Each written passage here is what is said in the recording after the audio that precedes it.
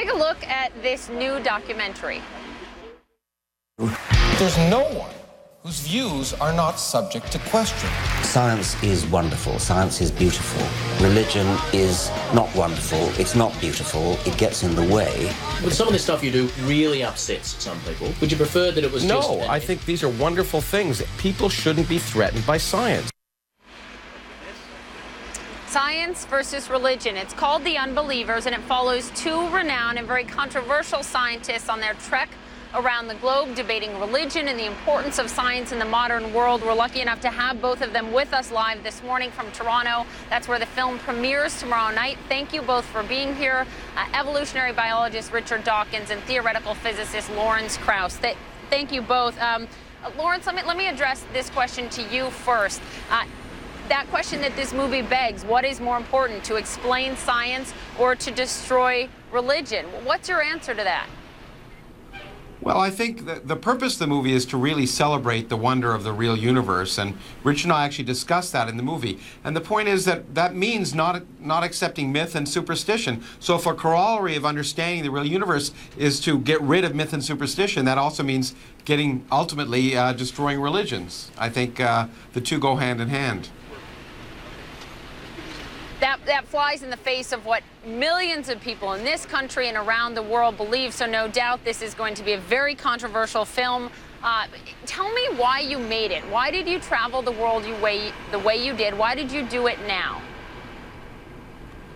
Well, I think there's first of all, I think that you're hearing so many people talk about religion because it's really in the modern world, in the first world, in the death throes in many ways. There's fewer and fewer people going to church, and you're hearing more and more people vocalizing. But it's also more important for all the issues facing us in the 21st century for people to accept the world for what it is. And Richard and I had started having a series of public dialogues, and we thought the director thought it'd be fun to follow us around, and it was a very exciting and interesting experience. And I've really found that the dialogues we've done have been learning experiences for me, and I think the audiences like to see that kind of discussion. I don't know what Richard thinks. I'm very keen on the idea of a sort of mutual tutorial of two people who've each got something to say, something to learn from each other, and while they learn from each other, it's nice to think that an audience is learning at the same time.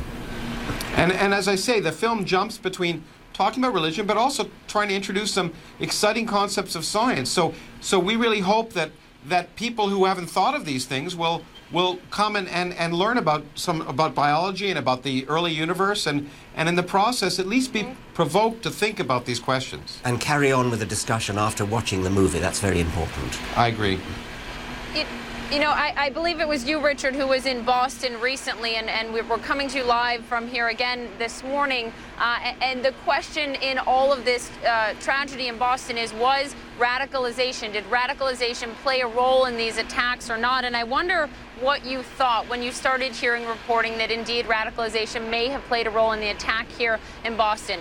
Radicalized religious views. Your take? It's very easy to blame radicalization, but radicalization is very easy if people are brought up in the first place to believe that faith is a virtue. If you bring up children and tell them that believing without evidence, which is what faith is a virtue, then only a tiny minority of them may become radicalized. But the ground has been fertilized for radicalization.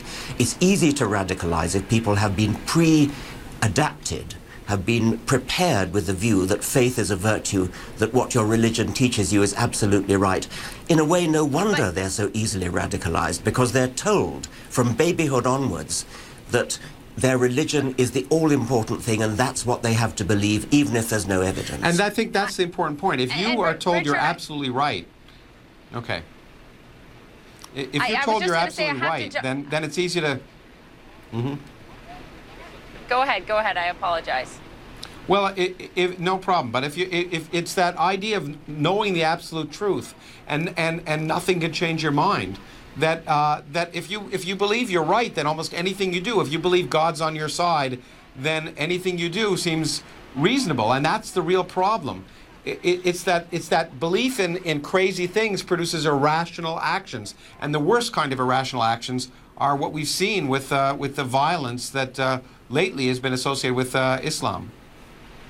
I would just say, to wrap this up here, in terms of talking about religion as a virtue, there are many virtuous things that many believers think are part of religion in this country and around the world.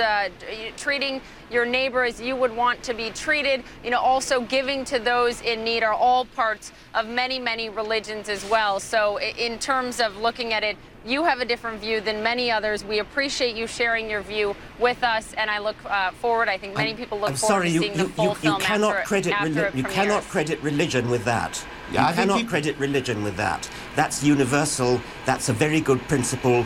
The what do you call it? The golden rule. That kind of thing. Right. Yeah, it's not just religion. I Right. think people can be good or bad and be based on rationality. And religion sometimes helps, but it doesn't have to. Just from this conversation, I can tell what a heated debate there will be in the film. Appreciate your time, guys. Thank you both very much.